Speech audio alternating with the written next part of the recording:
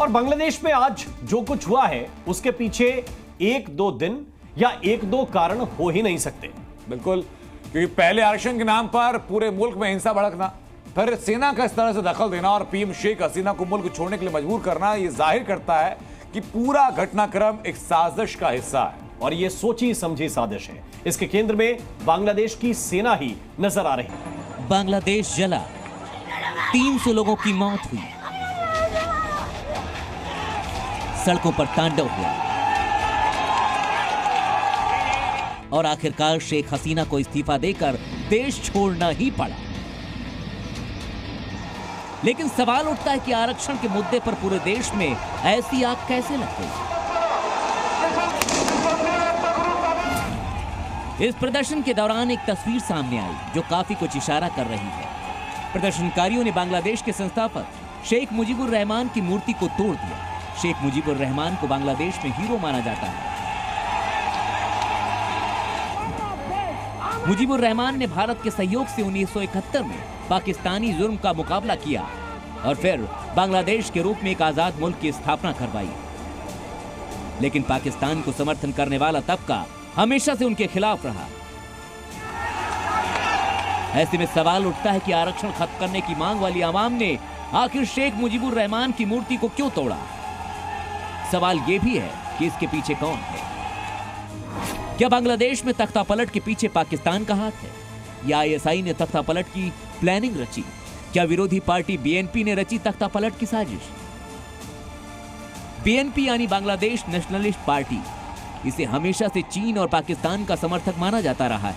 इतना ही नहीं, बीएनपी कट्टरपंथी संगठन जमाते इस्लामी को भी समर्थन देती है, जिसने 1971 की जंग में पाकिस्तानी फौज का साथ दिया था।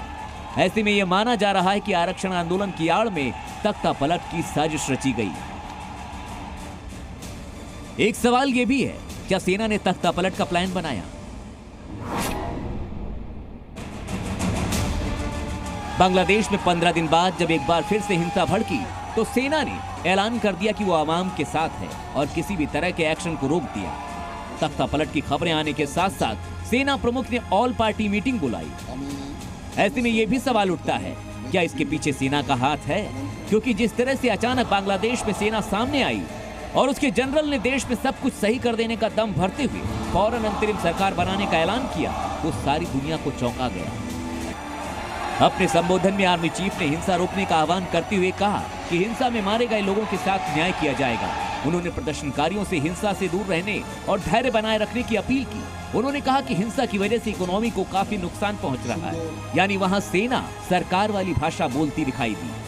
सेना प्रमुख ने कहा कि उन्होंने सैनिकों को गोली न चलाने का निर्देश दिया है। ऐसे में लोग अपने घरों को लौटें और हिंसा को बंद कर दें। जिस तरह से सेना ने भीड़ को निर्देश दिया वो सोचने को मजबूर करता है। सेना इस तरह की बातें पहले भी तो कर सकती थी। अगर सेना अभी गोली नहीं चला रही है तो पहले भी बिना गोली के बात बन सकती थी। फिर गोली क्यों चलाई गई? सोचिएगा जरूर। ब्यूरो रिपोर्ट, जी मीडिया।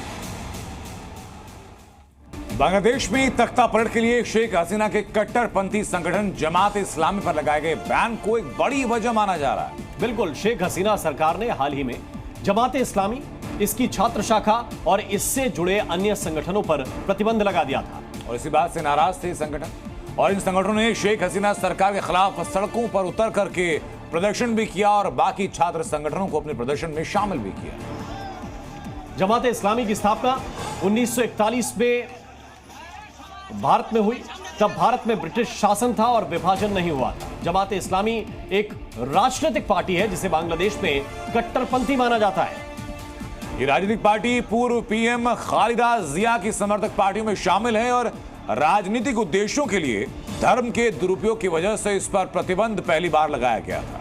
2018 में बांग्लादेश हाई कोर्ट ने इस पर फैसला सुनाया, जिसके बाद चुनाव आयोग ने जमात का पंजीकरण ही रद्द कर दिया था और तब से जमाते इस्लामी चुनाव लड़ने से अयोग्य हो गई।